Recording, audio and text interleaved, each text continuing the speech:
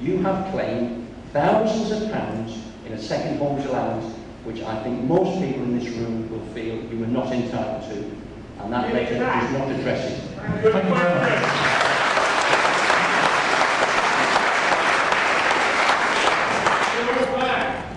Well, to answer the question straightforwardly, I think that much of what you've read out is very similar to what I have said tonight. I've been trying to be completely consistent, and so I don't see the interest for me to repeat all the things that I've said before.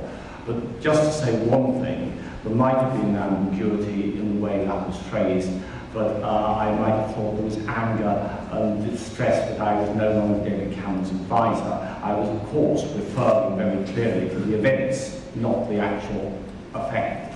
And I well acknowledge that there is anger and upset, and that's what I've apologised for tonight.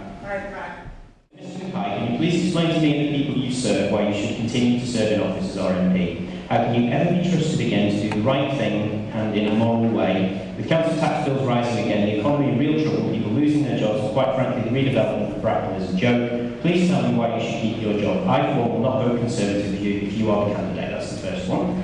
The second one is, given that you now accept it was morally wrong for both you and your wife to claim the second home allowance for the past 8 years, will you immediately reimburse the taxpayer for the total amount which the person states in the tax? Which the person states has over £125,000. And my question is, there was a poll on the Get Bracknell website, which is linked to the Bracknell Forest Standard, and 65% of people who responded to that poll said that you have lost the trust of the constituency and you should step down as Bracknell MP after this. 21% said no, you've been a good MP for Bracknell over 25 years, and 14% said you should be investigated before they'll make a decision. So nearly 2/3 of the people who responded have said that you should step down. And I spoke to them today, and there were 628 votes for that poll, and that is more than double what normally happens for polls that they run on their website. Normally it's between 200 and 300, so clearly the feeling is very strong, and about 2/3 of people feel that you should step down. So I'd like to respond. Thank you very much. Can I quickly take each of those in turn? I hope I've answered why I believe I should continue to be the Member of Parliament without putting myself before both the local Conservative Party will decide whether I should be the candidate and then the electors. And I would wish to stand again because of the work that I want to continue to do in this constituency. In respect of any money that might be returned, I was very, very clear on the national news coverage on the morning that this is being investigated. The Prime Minister, Leader of the Opposition, the Liberal Democrats, together with the Speaker, set up an independent body that is looking at everybody's claims and is going to say what, if any, can any claim be repaid. I made it very clear straight away that any money that I am asked to repay, I most certainly will, and that is very clear. I think it's a very sad day because I've been involved in politics for 20 odd years. I've always argued it's a good vocation to be involved in, it's important for this country. But for me, and you know, we all raise children and grandchildren here, we try and instill them a sense of moral value and what's important. And basically, as an ordinary working guy, I think a number of you in particular, have basically been on the make of the system, on the fiddle, so to speak, as I call it.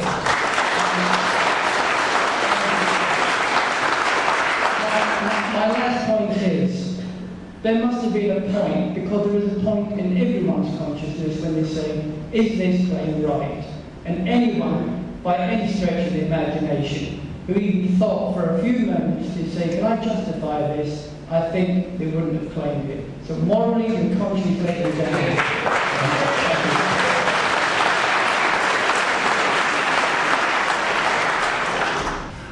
What I would say is that, no, it had not occurred to me, and that might seem wrong and shameful, but I had asked for advice, and this was passed by the Fees Office, and it fits in with the rules in the same Green Book about second and main homes. I now accept totally, and that is why I apologise, but it doesn't look right.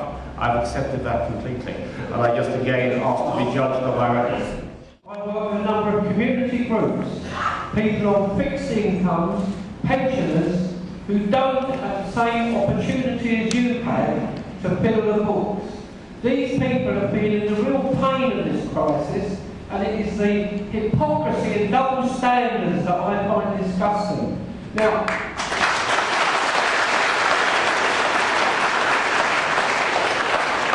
and the other thing that worries me is, because of the action of people like yourself, we could in fact end up with extremist candidates running around the country. And you are partially responsible for that. I think it's an absolute disgrace and you should stand out immediately. My name is Bob Woodruff, born and bred in the town. You talked earlier about the archaic scheme and you've been at the forefront in a party of reform, but you just don't get it here. You've carried on claiming to all the MPs have kept milking it, and it's got to stop. It's got to stop now. Is it possible, and would you like to give your explanation to why all the apologies and remedial actions that we're seeing, including this public meeting, for example, come across as so insincere? And the second question is, what do you think needs to change in the control of the expenses system? The second question first is very straightforward. It needs to be set up as an independent body from Parliament, but it needs to wait for it will need to wait for the Kelly proposals. On the first, I think it is right to have had this meeting tonight. I pledged it, as I pointed out at the beginning, absolutely instantaneously in my first news interview after I resigned as David's advisor. I think it's right to have it. You have your right to think that it's an insincere gathering. I think it's an important gathering.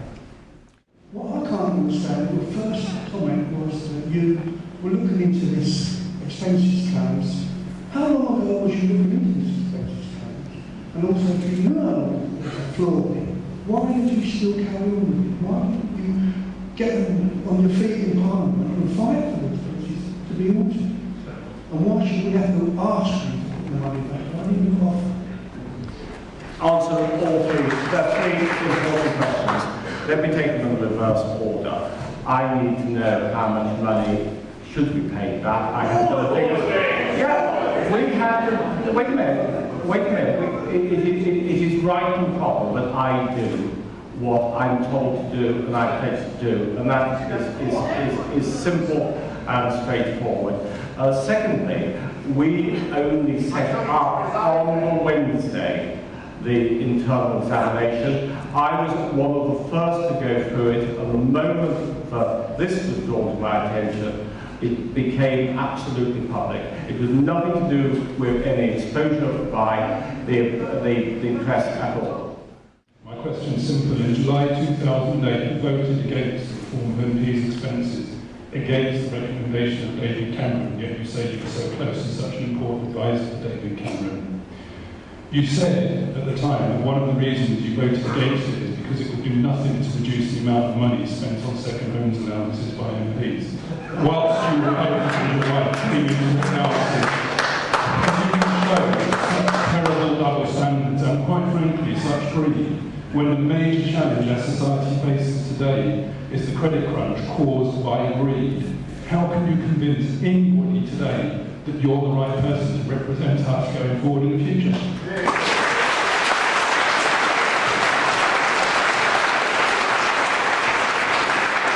I want to answer your very specific question on that vote last year. By the way, the quote I don't recognise, but we can come back to that at another time. I can tell you exactly why it was a free vote and why I voted the way I did. It was a motion covering a large number of issues, including huge expense of taxpayers' money, of having outside auditors come in. I'll tell you what, I don't want outside auditors. I'll tell you the best way, no no taxpayer's expense whatsoever is total transparency. If you have total transparency of expenses, you don't need to spend a penny piece on taxpayers' money on auditors, and that is the reason I voted that way. And in every other vote before or since, I've voted for openness and transparency, and I can prove that by showing you the Hansard record. This evening is almost surreal for me. You're trying to put forward a case to continue as our Member of Parliament when you've demonstrated you've no sense of moral value, you completely and utterly lack judgment, and you have no sense of right from wrong. So, let's just be quite clear. I have no wish to be represented in the next Parliament by a thief.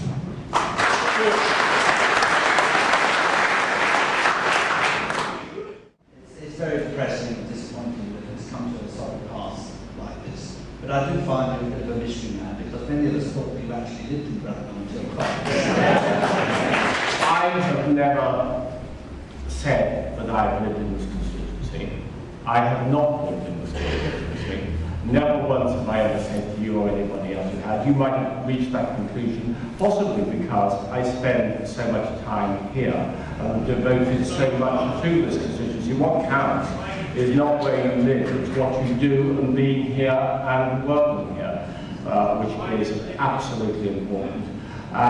You judge me on results, you judge me on what I do in Parliament, but even more importantly, what I do in the constituency, not necessarily where I live. It's endemic throughout the system, and MPs are failing to understand. We are sick to the core. First we thought, oh yeah, what have I got used to good joke, and now we trusted you. I feel like when my daughter told me when she lost her virginity, she cried in my arms, and it's like giving your virginity up to your boyfriend who says he loves you, and then you find out it's just what he said. And when people used to say to me,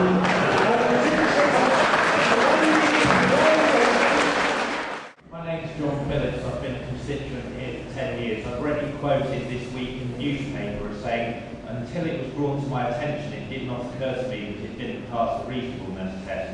Looking back now, it does look strange. Now, I would say that if it takes you 5 years or so to work out that that looks strange, when probably every single person in this room can tell in a second that it looks strange, then you are considerably less qualified.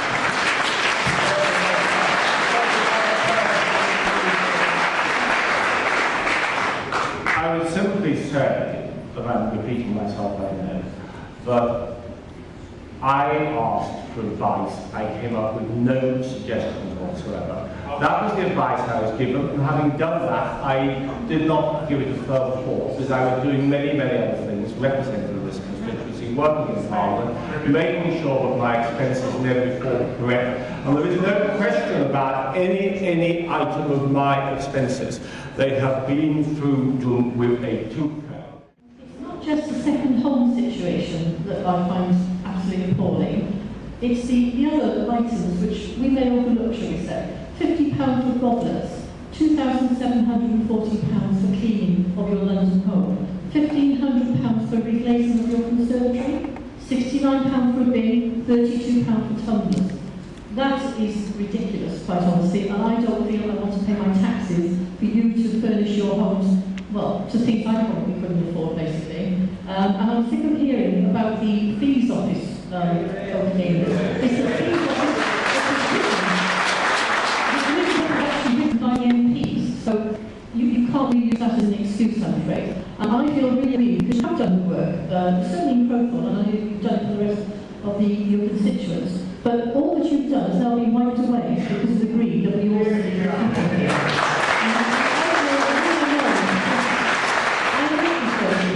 Or at least I have been until now, but I don't find I can vote Conservative if you're running for that office.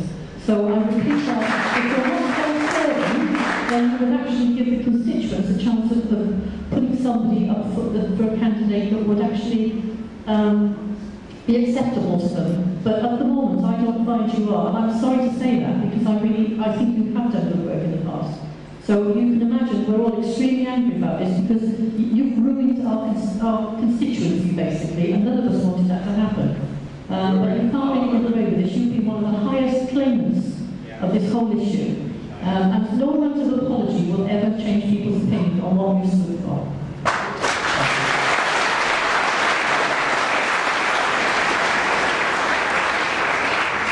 Jean, I'm sorry you feel like that, because I've worked closely with you, and thank you for the kind remarks about what I've done in Claythorne, which was very, very important to me. I could go through every item of those expenses. In fact, the cleaning figure was completely preposterous, and certainly I think is not right. But I don't recognise an accurate figure, but we can talk about that later. The only one I would say is that it was a flood that caused the last break on the Conservative. That's what it was. I just wanted to know what it was. But there was now, we've now rightly amended the rules. We've now rightly amended the rules so that people do not have any furnishings, and I have not ever claimed for major furnishings at all. Can I just say, on the level of my MP's expenses, if you look at the last published year's figures, which were 07, 08, I was well into the lowest third of spenders, well into the lowest third. My expenses are less than most MPs because I am very conscious that it is taxpayers' money and trying to keep it as low as possible. Thank you. The gentleman here, please. Thank you. My name is Steve Young. I'm a local resident in Bracknell. I'm self-employed. I employ an accountant to do my books. If anything goes wrong and I don't pick up on it, it's me that goes to jail, not my accountant. You said you made a gross error of judgment. I think that is a gross misrepresentation. I really do. You should, well, you're an MP. Did you not check for yourself? Did you not have a look to see if you should be claiming or how much you should be claiming? The people in here tonight must be showing you should stand down. I am the only MP so far involved with nearly 200 in Telegraph expenses scandal, but actually would have done it anyway because I submitted myself to this internal examination from that came out not from Telegraph.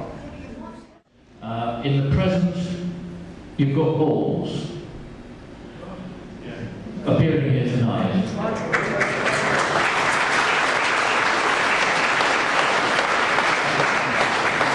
For the future, the problem with revolutions is you never know what is going to follow, whether they're quiet or anything else. It seems to me that we have an opportunity now with our existing members to change the rules to something that the nation as a whole will seem reasonable. When people were sent to Bracknell for courses lasting several years, they were given a married quarter. Why not married quarters owned by Ministry of Defence government for MPs, not just a few ministers, but any MP who needs it in London? No expenses, just a married quarter. I think that is a good idea. It's a potential idea. There are lots of ideas floating.